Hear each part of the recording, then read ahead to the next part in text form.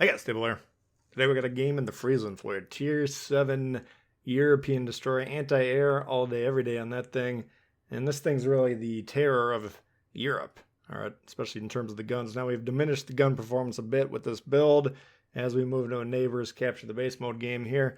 By focusing on the AA, we're taking away a little bit from the guns. I used to set this up with the gun build until I decided to take my carrier aggressions out on the opposing players with this thing and set it up for full anti-air. But even focusing on the AA, I'd still say the guns are among the best, certainly for destroyers in the game. Here we got a game with a new fleet member, Bizco. Haven't had a chance to play a lot with these guys yet. Was kind of trying to shoot the footage to get the new ship reviews done last week, but finally got to sit down with one of the guys from the fleet today. And I think we played 6 games, won 5 in a row to begin, and then we lost the last one before I had to get going. So pretty enjoyable there. We're probably going to be seeing a lot more division play in these videos just because I'm going to be playing a lot with the guys that are in the fleet. So what do we got here? Capture the base mode, like we said, and for destroyers, the game changes quite a bit. All right, if we're not playing domination mode or epicenter, in which case, if we're playing those 2 games, we know our main job is going to be to capture and control the bases, right?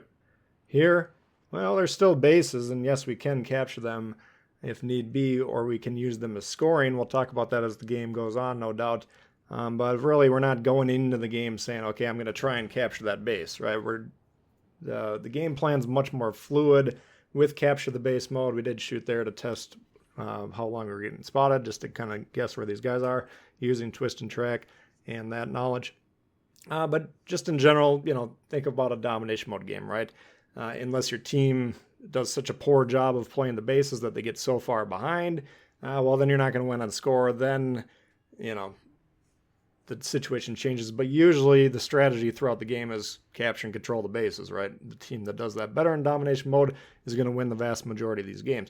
Capture the base mode is much different, all right? So how we're going to try and attack each game is going to change, and it's certainly going to change throughout the course of a match. So here we're getting a little bit close to the Iowa. I need to be keeping a better eye on my detection. Wasn't quite remembering how detectable we were until we got spotted here.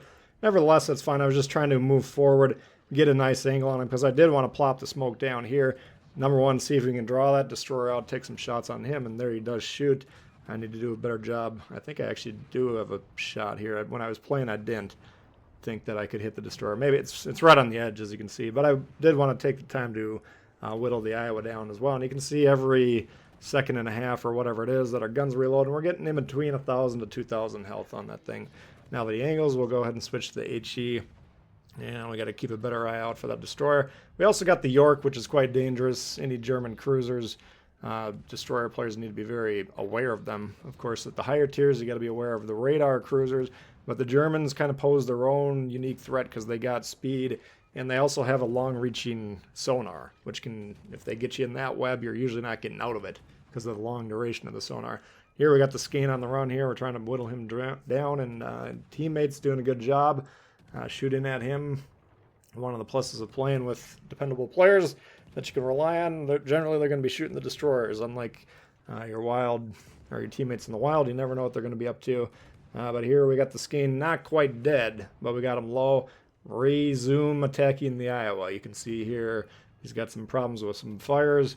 And even though we're not getting as much raw damage when he's angled as we were when he's broadside, and the difference between AP and HE evident as well, but certainly the AP wouldn't be doing much in this situation. But we're still getting decent damage output, right? And that's something you can really do. I mean, it's the frustrating part about playing against the Friesland is if you don't deal with it quick enough, it will whittle you down, right? It doesn't do a lot per shot, but over the course of a minute or two, I can put up quite a lot of damage. All right, so I'm noticing the score now, and I'm noticing, oh, God, we got a radar. We're actually within the range of the Wichita's radar. Whether he's got it available or not, we don't know.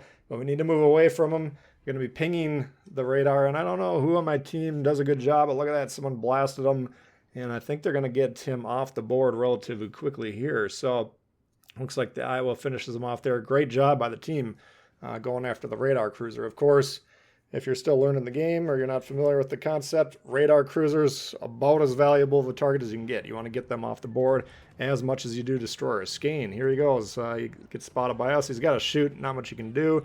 We got the long-range sonar going, so we see the torps coming a mile away. And the York. All right, well, he's fighting. Looks like he might be fighting our Hipper to the south of him. So we're going to try and chime in here, use the guns. Now, we don't have smoke available. We do have island cover just off the screen to the left here. So we're nearly safe. You can see it coming to the screen now. If he decides he wants to shoot at us, which it looks like he might, well, now we're drop spot. All right, so he's going to say, oh, I can't shoot him. But he's broadside. We're going to go over to the AP here, and we're just going to try and keep this little lip in between us and him. And now we're in a 2v1 situation, right? The Hipper can fight the York on its own and win usually, certainly, but with the 2v1, well, we just want to make sure that we keep as much HP in that Hipper as possible. All right, so we're only down a ship at this point in time. We are down a full 100 points, and that's reflected by the difference that we've lost a battleship, they haven't. So basically the game's more or less tied right now. We can get it back just by killing the ships.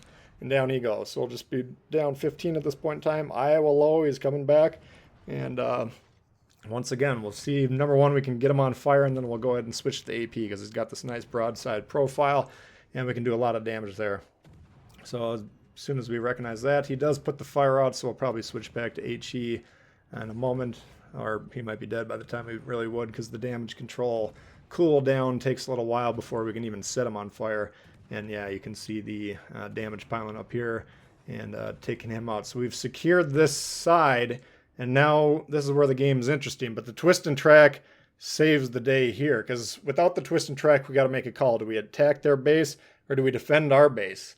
And our Hipper here, he's actually going to go down to the base to defend. I need to do a better job. Either I can turn my comms on and say to him, because he's in the in-game chat, I just have it off just for filming purposes. It's better with less talking on the screen. But I could say, help me support, or I'm going to ping the base or the map there. And that'll give him a good idea. But he's got the right idea, right? Like, in his mind, he's saying, okay, Friesland, and then he checks the roster. Friesland versus Summers. Friesland should be able to beat the Summers.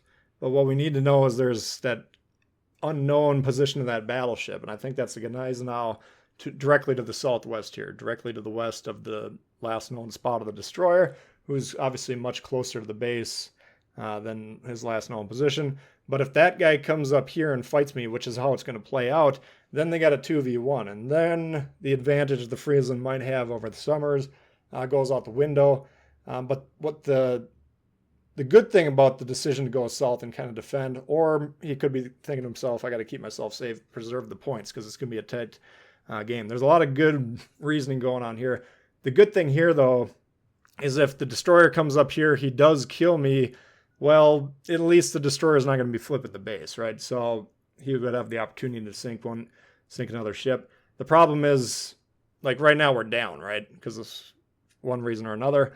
They got a battleship alive, we got a cruiser, and then both teams got a destroyer. So basically, he'd be in a situation where if I die here to the Summers, he would have to kill both the ships. So at the end of the day, I think he should be coming up here to the north, but he does a good job, and he will seal the deal at the end. But I think, the reason I picked this game to show you today is the nice, complex decision-making that has to go into the end games of some of these capture the base modes. Now, we are cruising through the base. I want to pressure this thing. I have no idea what his health situation is. I'm thinking I can take him. Sonar is almost up. But what I'm doing here is we're actually evening up the score, and we will take the lead. And then I got to decide, should I get off the base? Should I continue to try and accumulate some points? And getting 2 points every 5 seconds, it's going to take a couple minutes for anything meaningful to happen, right? We'd have to get over 75-point lead by doing this just to mitigate the chance that I get killed, or 85 points to mitigate the chance that the cruiser gets killed, right? So while possible, and there's enough time for it to happen, it wasn't that big of a deal. But we had AP loaded. That's a bit of a mistake there. And then I'm looking at these torps saying, man, we might be in trouble. And I don't know how this Summers, I feel like he reloads really quick here, but maybe he's got a different build than I do. But anyway, at this point in time, I fire up the the speed boost. I fire up the sonar. I'm thinking, okay, if he's sitting in there, I can catch him unaware. I can catch him on the torpedo reload, gun him down. But look on the map, and this is the big threat that we had. The Gnai is now coming up here to support, and this is where it gets dicey, because now the Hipper is starting to think, geez, maybe I got to get over there. Well, if he gets spotted and the Gnai now blasts him, you saw how low Bizko was a moment ago. Now we got to kill both ships as well, and I can't kill a full health Gnai now with this thing, because I cannot sit in the smoke, and unless he wants to shoot and just keep himself lit, you know, by activating the smoke fire penalty, it's just not going to work. And then I'd have to gun him in open water. So ultimately, where we are right now, the Hipper has to say to himself, okay, I cannot die, right? If he can get safe behind an island and use my spotting and then support, maybe. But I don't think killing the Gnai is not really in the cards here, right? It would be very hard even with the 2v1. Summers here, and some of these shots low, but we see those torps coming already, and this was kind of making me nervous, because I was like, okay, we got a little bit of time to gun him down. He's out of the sonar range now, which means we have to pursue, reestablish an actual line of sight as opposed to an electronic one. That's going to put the Gnai now. Look how close he is, point blank range here, and basically I'm going to have to get the death blow fired and in the air before I can launch the smoke. I'm getting shot by both guys. Oof, this is not looking good all of a sudden. And in fact, Summers will kill us. Okay, now we get the shots off into the air, and at this point in time, I'm like, okay, I just throw it right or as soon as we die here, which should be the next salvo. I'm starting to get a little jittery here, missing some shots. Oh God, we're dead. Whew, the follow-up, we get him. All right, so look at the score now. Because we sailed through that cap, we got that 15-point lead, and here we got the play that seals the deal. Bizko taking the Hipper, understanding the scoring, right? He's evaluating, can the Gnai now get on our base and clear those 15 points that he needs in 3.5 minutes? Absolutely not. All right, so a score win is no longer available to the red team. They have to kill everyone on here. Now, if he gets spotted, this Hipper, and he gets shot at, he could definitely die in one shot. So this is a very low tolerance for mistakes type of a situation here. Playing it excellently. And we don't need to watch the entire sequence here, because he will just basically take a turn hard south here and then outrace the Gnai now. The Gnai he'll periodically spot the Gnai now, does the brilliant thing, doesn't say to myself, well, I got to pad my stats. Let me try and get 2,000 more health. Oh, I take a shot at him. He shoots in return, and we're sunk. Right? He just resists the temptation, continues to sail. Tries to not turn so much to keep the speed up, and gets away. So we do win on score here, and a very well played finish here, certainly by Bizko. So great job to him for clearing that up. But I thought, just due to the complexity of that scoring situation there for the last 5, 6, 7 minutes, whatever it was, made this game particularly interesting, at least in my mind. So hopefully you guys did enjoy it. If you did, please hit the thumbs up. New to the channel, consider subscribing. We got lots of World of Warships coming all the time for you guys. Questions, comments, leave them below. Love to hear from you, and we'll see y'all later. All right, peace.